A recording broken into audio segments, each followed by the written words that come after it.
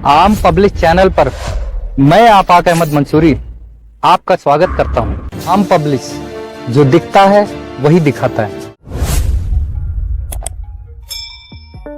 Hindenburg की research report के बाद गौतम अडानी दिनों दिन मुसीबतों में घिरते नजर आ रहे हैं। अडानी ग्रुप के गिरते स्टॉक और एफपीओ की वापसी को लेकर विपक्ष भी हमलावर है और इस मामले की जांच करवाने की मांग कर रहा है।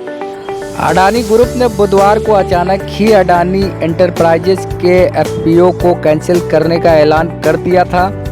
वहीं फोर्ब्स की रिपोर्ट में कहा गया कि गौतम अडानी खुद अपने एफपीओ में बड़ा दांव लगा रहे थे। गुरुवार को विपक्षी दलों ने बैठक की और इसके बाद संसदीय फैसले या सुप्रीम कोर्ट से नियुक्ति कमेटी द्वारा गौतम अडानी के खिलाफ लगने वाले फ्रॉड के आरोप की जांच करवाने की मांग की है। हंगामे के बीच संसद की कार्रवाई कल यानी शुक्रवार तक के लिए स्थगित कर दी गई। अमेरिकी शॉर्ट सेलर हिंडनबर्ग रिसर्च की रिपोर्ट के बाद अडानी के शेयर भरभरा कर गिरे हैं। वहीं विपक्ष की मांग है कि संसद की नियमित कार्रवाई को निलंबित किया जाए और भारतीय निवेशकों के रिस्क पर चर्चा हो। अडानी ग्रुप पर आरोप लगने के बाद उसे $100 अरब का नुकसान हो चुका है।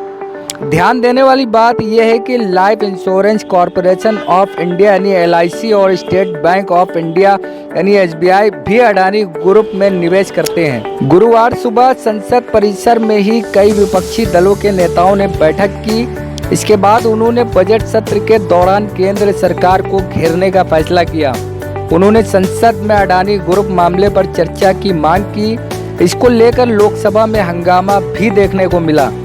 इस मीटिंग में कांग्रेस अध्यक्ष मल्लिकार्जुन खड़गे के साथ TMC, आम आदमी party, Samajwadi party, DMK, JNU और JDU और लेफ्ट पार्टियों के प्रतिनिधि मौजूद थे। दरअसल हिंडनबर्ग की रिपोर्ट में कहा गया था कि अडानी ग्रुप ने अपने शेयरों की कीमत 45 गुना ओवर वैल्यू की है। वहीं अडानी ने 30% कर्ज सरकारी बैंकों से लिया है, केवल 8% प्राइवेट बैंक से लिया है। इसमें कहा गया था कि अडानी के परिवार के लोगों ने UAE और कैरिबियन द्वीप में फर्जी कंपनियां दिखाई हैं। वहीं अडानी ग्रुप की तरफ से कहा गया था कि हिंडनबर्ग की रिपोर्ट में सच्चाई नहीं है, ये निराधार तरीके से गलत जानकारी दे रहा है। नोटिस इस बात का दिया है कि सेबी जो हमारा मार्केट रेगुलेटर है, वो जो जिस तरीके से मार्केट्स चलनी चाहिए, इन्वेस्टर का कॉन्फिडेंस बना रहना चाहिए, इन्वेस्टर का फेथ मार्केट्स में बना रहना चाहिए, जिम्मेदारी सेबी की होती है।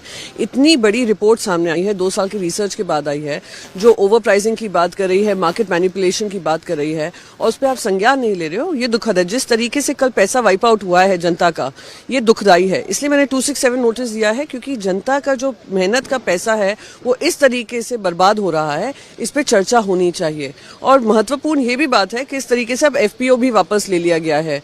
तो ये एक दिन कंपैरिजन कर रहे थे उनके CFO कि ये जलियांवाला बाग की तरह है। मैं कहूँगी जलियांवाला बाग नहीं है, ये कोहिनूर आपने खींचा था अपने क्राउन को सजाने के लिए, उसका सच्चाई आज देश की जनता के सामने है, इसलिए डिस्कशन होना चाहिए। ये भी बोला कि once the market stabilises we will review our capital market strategy.